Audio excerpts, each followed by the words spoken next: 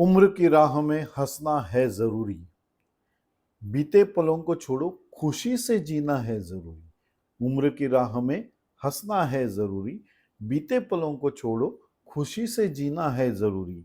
सच्चे दिल के जज्बातों को समझना है जरूरी, कि अपने अरमानों को जीना है जरूरी।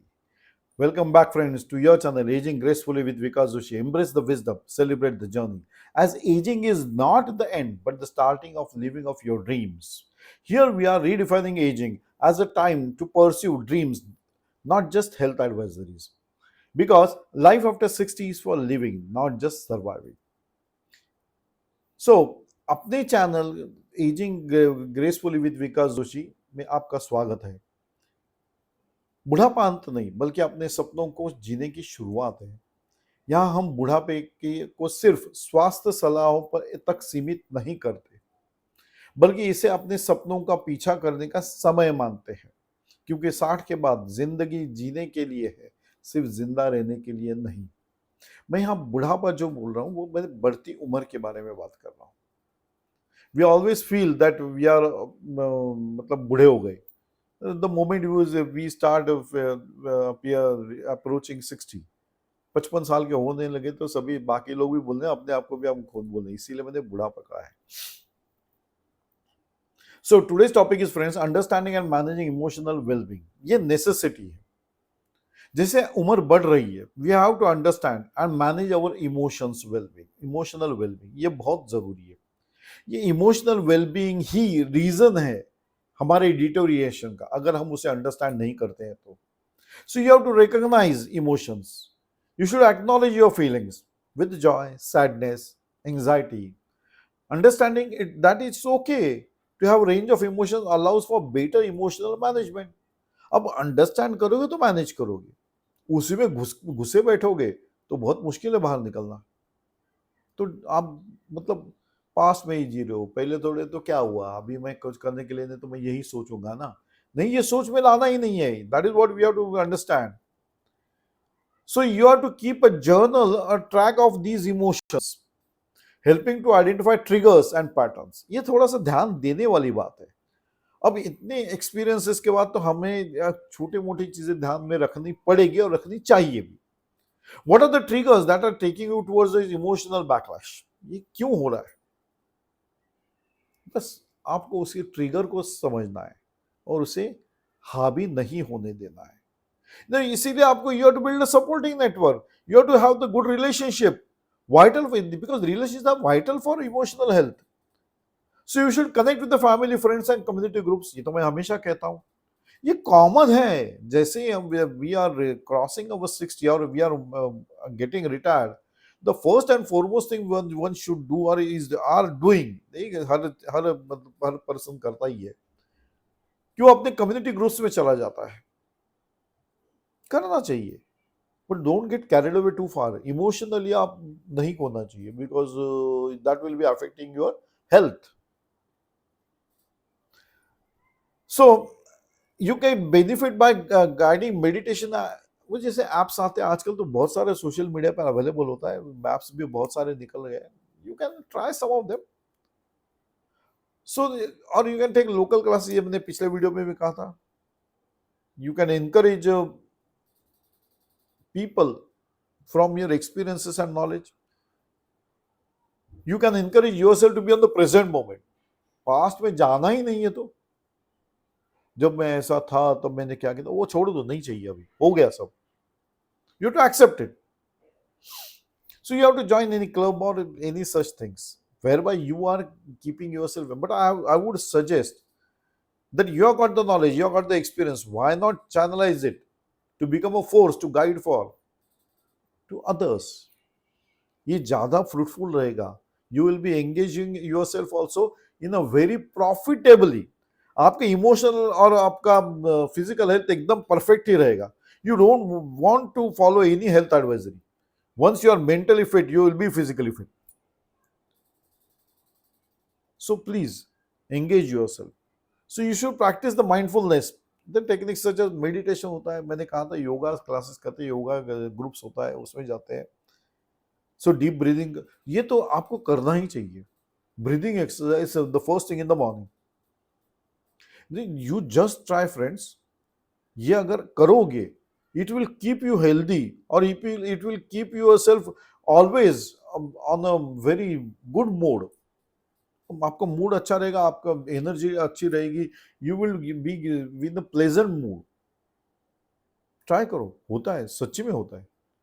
सुबह उठने के बाद ब्रीदिंग एक्सरसाइज करना, इनहेल एंड एक्सहेल, वो जो कहते हैं प्राणायाम, वो सारी चीजें. Now there are also the classes for yogasana and all this, they teach you how to do this. Please follow them. Online भी मिलता है आजकल. You don't have to go anywhere. That way also you can help yourself. So engage in your hobbies. ये तो मैं कहता हूं, यही तो हमने इसीलिए तो शुरुआत की. सपने जो छूटे थे उसे पूरे करने हैं. अरे मैं गार्डनिंग करना चाहता था, कर नहीं पाया, ठीक है अभी कर लो, कोई प्रॉब्लम नहीं. गाना गाना चाहता था, नहीं गा पाया, कर लो अभी. There is no restriction.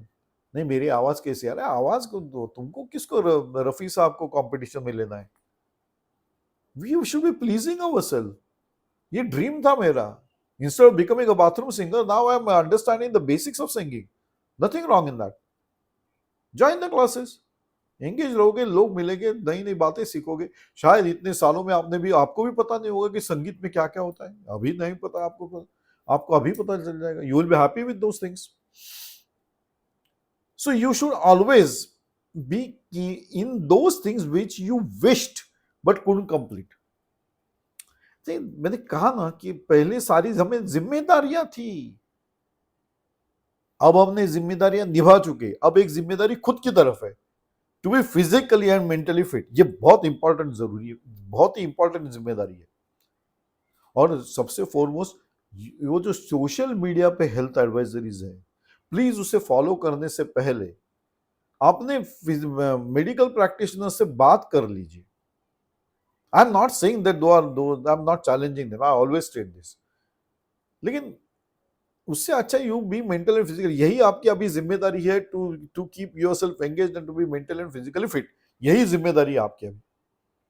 So इसके लिए आप प्रोफेशनल से, वही तो मैंने कहा कि प्रोफेशनल बंदा अपने मेडिकल प्रैक्टिस से बात कर सकते हो. They have got the expertise in that area. And they are knowing you for so many years. They have been advising you on medicines, on your ailments. So they know your physique. आप वो आपको जानते हैं, doctor जानते हैं. वो मिले नहीं आपको, इतने सालों से आप उनकी सलाह ले रहे हो, तो उनसे बात करो. They will help you. They have got many things that can be helpful for you. हमने कभी बात की नहीं ना, क्यों करेंगे. हम जाते थे एक कोई प्रॉब्लम लेके, जैसे कोई बीमारी लेके चल दिए, आज मुझे बुखार आ गया, तो doctor used to advice on that only. ये बातें कब हुई कि रिटायरमेंट के बाद या मुझे मेरी उम्र 60 होने के बाद मुझे क्या करना चाहिए. अभी होगी ना तो अभी कर लो. He will be also, or the medical practitioner will be always happy to help you. बातें करके देखो, वो भी आपसे बात बहुत करते हैं. लगभग वो हम उम्र के ही होंगे. यंग होगा तो भी कोई प्रॉब्लम नहीं है. सो maintain the physical activity. Compulsory physical activity में रहो एंगेज्ड. मैं कहता हूं हर घर की बात है कि हर घर में ये कहा जाता है, नहीं अभी कुछ बाहर मत जाना, अभी बारिश है, अभी मत जाना, धूप है, अभी मत जाना. ये उनका कंसर्न है, वो उनका अफेक्शन है, वो उनका लव है. Please don't take it in any other way that they are restricting you, but that should be told in no words but that their restrictions are creating problems for you and hence for them also. घर से बाहर ही नहीं निकलोगे, physical activity में रहोगे ही नहीं, तो fit कैसे रहोगे. एक कुर्सी में बैठ के तो बैगेज बन जाओगे, कोई यूज नहीं है. उनको भी ये कहना पड़ेगा. हाँ वो कहेंगे कि एक्टिविटी एकदम स्ट्रेसफुल मत करो यार. एट अ स्टेज अब मैं चल दिया एकदम 5-6 किलोमीटर चल के आ गया, अरे उसकी जरूरत नहीं है, धीरे धीरे बढ़ाओ. We are not into a marathon race, we are into a race against the prejudices. हम नहीं चाहते जो सालों से चले आ रहे प्रैक्टिसेस वही फॉलो हो. जैसे ही रिटायर हो गया आदमी, वो अभी किसी काम का नहीं है. वो टैग लाइन है जो हमको हटानी है. That is what this series is for. अब तो तुम रिटायर हो गए, तुम्हारे पास क्या काम है? अरे नहीं बाबा, बहुत काम है। ये टैगलाइन नहीं हटानी है। तुम्हारे पास क्या काम है? बहुत सारा काम है। और आप जब शुरू करोगे, you try for the writing part, you try for the storytelling part, whatever pleases you, and you will realize that you are having engaged yourself for the long hours. जो वैक्यूम क्रिएट हुआ था उसे आपने cover भी कर लिया। करके देखिए फ्रेंड्स। मैंने राइटिंग के बारे में कहा क्योंकि these are the simple things that doesn't cost anything. एक पेन पेंसिल लिखना है और अपने मन के विचार लिखते जाना है। लिखो तो आपको भी समझ में आएगा, बाप रे इतने सालों में क्या क्या किया हमने। पास्ट में मत जाइए, मैंने ऐसा कब किया था तो मैंने क्या किया, वो नहीं करो। अपने विचार व्यक्त करो, कोई प्रॉब्लम नहीं है। आप जब एंगेज होगे तो you will enjoy that also. You will realise many things which you missed out during that period. सिर्फ विचार करते, पिछला हिसाब चुकता करना, अरे ये मत करो, that is not important because that is not required also. It is just wastage of time. So celebrate small wins. अब एक सक्सेसफुली कर दिया, मान लो कि जैसे कहा जाता है कि कोई भी हैबिट फॉर्मेशन के लिए you should do it for say some days, some people say it is for 66 days, some people say it is for 3 weeks, some people say it is for 21 days, whatever. Now you choose the day. I would say we start with 1 week. Now that is what I have been advising in my other series also. Whatever you wish to do, set up a goal, break it into smaller goals. अब गोल अगर साल भर का रहेगा तो उसे month में कीजिए, फिर उसे वीक में लाइए। So we start with the week. So from Monday to Sunday. That is Monday to Monday, लेकिन Monday to Sunday you are allowed to plan that. मान लो कि हमने आज सुबह चलने का you have decided, we have decided to walk for say about 35 minutes in the morning, 35 minutes in the evening. Note it down, journal में रखो कि आज से हमने ये शुरुआत की। और एक बात और कहूं, इसके लिए मुहूर्त की जरूरत नहीं है। अभी घट स्थापना होगी, फिर देवी आएगी, फिर मैं करूंगा, नहीं, उसकी जरूरत नहीं है। Because these things never happen.